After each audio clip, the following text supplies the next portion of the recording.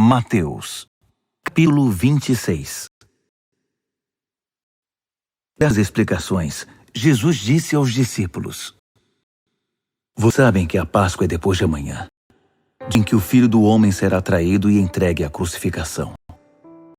No mesmo instante, o partido dos sacerdotes e líderes religiosos estava reunido na sala do sacerdote principal, chamado Caifás, conspirando para prender Jesus com discrição e matá-lo. Eles decidiram não agir durante a semana da Páscoa. Não queremos ser responsabilizados por um tumulto, disseram. Jesus estava em Betânia como convidado de Simão, o leproso.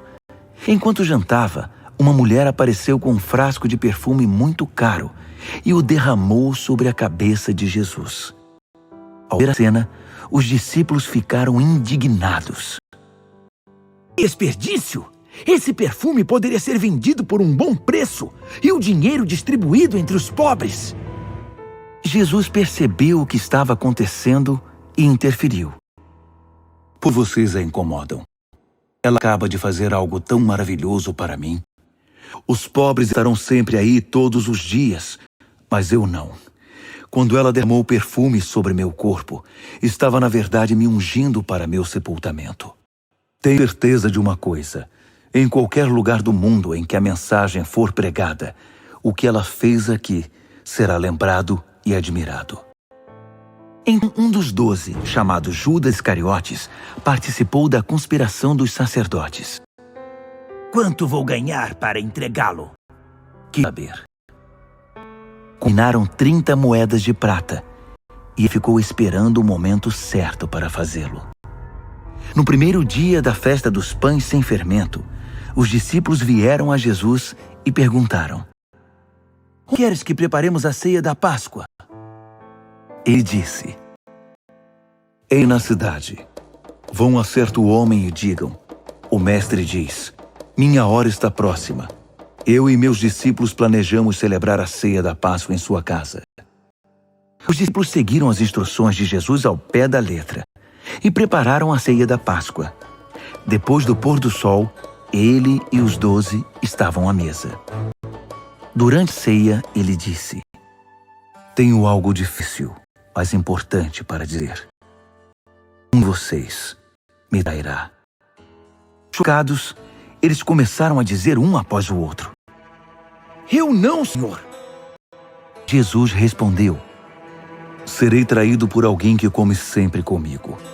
O Filho do Homem sofrerá a dor da traição, já prevista nas Escrituras. Até aí nenhuma surpresa. Mas ai do traidor do Filho do Homem. Melhor seria que ele nunca tivesse nascido. Então Judas, o traidor, afirmou: Eu é quem sou. Jesus disse: Você sabe que é você, Judas. Durante a refeição, depois de tomar o pão e abençoá-lo, Jesus o partiu e deu aos seus discípulos, dizendo: Tomem, comam, e é meu corpo. Tomou o cálice e, dando graças a Deus, entregou-o a eles também e disse: Bebam todos vocês. Isto é o meu sangue, a nova aliança de Deus, derramado em favor de muitos para o perdão de pecados. Não beberei vinho outra vez até o dia em que beberei com vocês no reino do meu Pai. Então eles cantaram um hino e foram para o Monte das Oliveiras. Jesus alertou-os: Antes que a noite termine, vocês irão se dispersar por causa do que vai me acontecer. Isso é para cumprir um texto das Escrituras que diz: Vou ferir o pastor e as ovelhas ficarão desorientadas. Mas depois que eu ressuscitar, irei adiante de vocês para a Galiléia. Mas Pedro, todo afoito, afirmou: Ainda que todo mundo fuja, eu nunca fugirei. Jesus respondeu: Não tenha tanta certeza. Ainda esta noite, antes que o galo cante, você me negará 3 vezes. Pedro protestou, falando sem pensar: Ainda que eu tenha de morrer contigo, jamais te negarei. Todos os outros disseram o mesmo. Então eles foram para um jardim chamado Getsêmani. Jesus disse aos discípulos: Fiquem aqui, enquanto vou orar mais adiante. Levando consigo Pedro e os 2 filhos de Zebedeu, ele mergulhou numa tristeza agonizante e declarou: a tristeza que sinto é uma tristeza de morte. Fiquem aqui e vigiem comigo. Indo um pouco adiante, prostrou-se no chão, orando: meu Pai, se há algum meio, livra-me. Afasta este cálice de mim. Mas por favor, não seja o que eu quero, mas o que tu queres. Quando voltou aos discípulos, encontrou os 3 dormindo e disse a Pedro: vocês não podem aguentar nem por 1 hora. Fiquem atentos. Orem sempre para que não caiam em tentação antes mesmo de perceber o perigo. Uma parte de vocês está disposta a fazer qualquer coisa por Deus, mas a outra parte simplesmente não reage. Deixou-os 2ª vez e de novo orou: Pai, se não há outro jeito a não ser beber este cálice até o fim, estou pronto. Seja feita a tua vontade.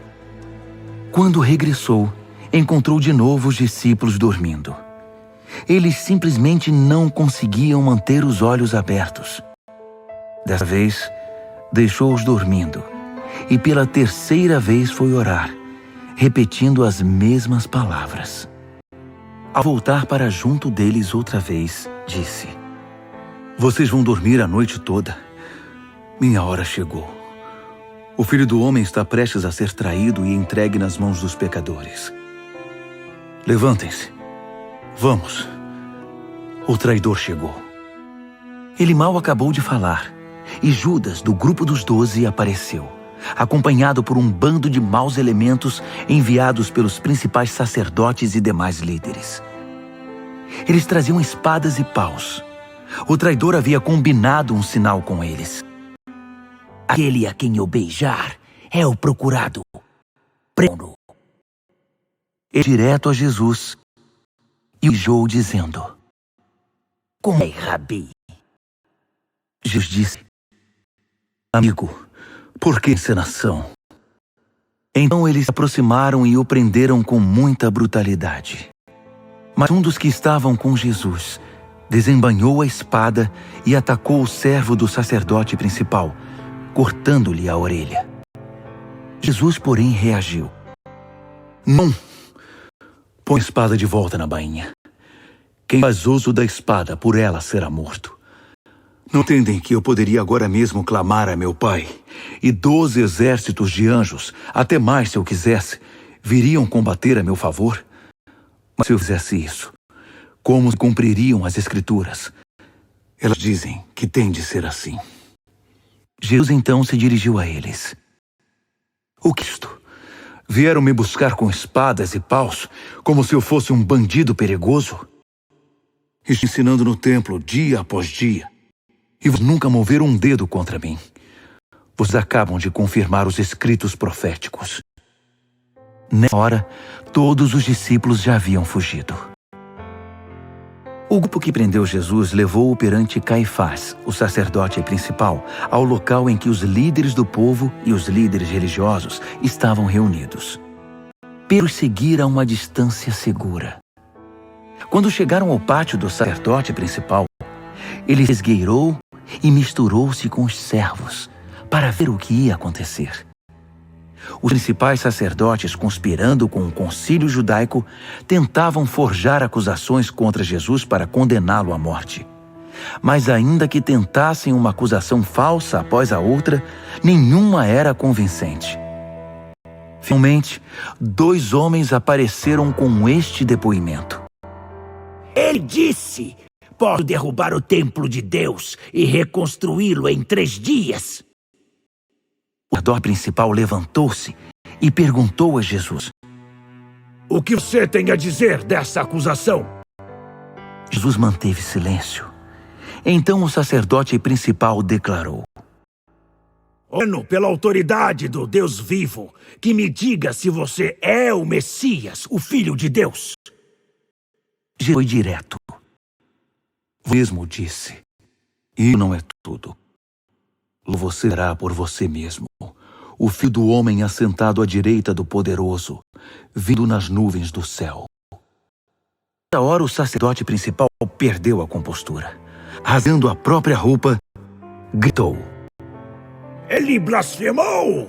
Vocês vão ficar parados diante desta blasfêmia! Todos gritaram: Morte! Ele merece sentença de morte! Os homens começaram a cuspir e a bater nele. Enquanto os bofeteavam, faziam piada. Profetize, Messias! Diga quem foi que bateu agora! Durante todo esse tempo, Pedro estava sentado lá fora, no pátio. Uma empregada encarou-o e disse: "Você estava com Jesus, o Galileu." Na frente de todos, ele o negou. Nem sei do que você está falando. Enquanto ele caminhava na direção do portão, alguém disse às pessoas que ali estavam: Este homem estava com Jesus, o Nazareno. Mais uma vez ele o negou, reafirmando a negativa com o juramento. Juro que nunca vi esse homem. Pouco depois, alguns dos que estavam ali aproximaram-se de Pedro e disseram: Você é um deles! Seu sotaque o denuncia! Então Pedro ficou muito nervoso e começou a esbravejar, jurando: Nunca vi esse homem! Nesse instante, um galo cantou. Pedro lembrou-se do que Jesus dissera: "Antes que o galo cante, você vai me negar 3 vezes." Então, ele saiu dali e chorou muito.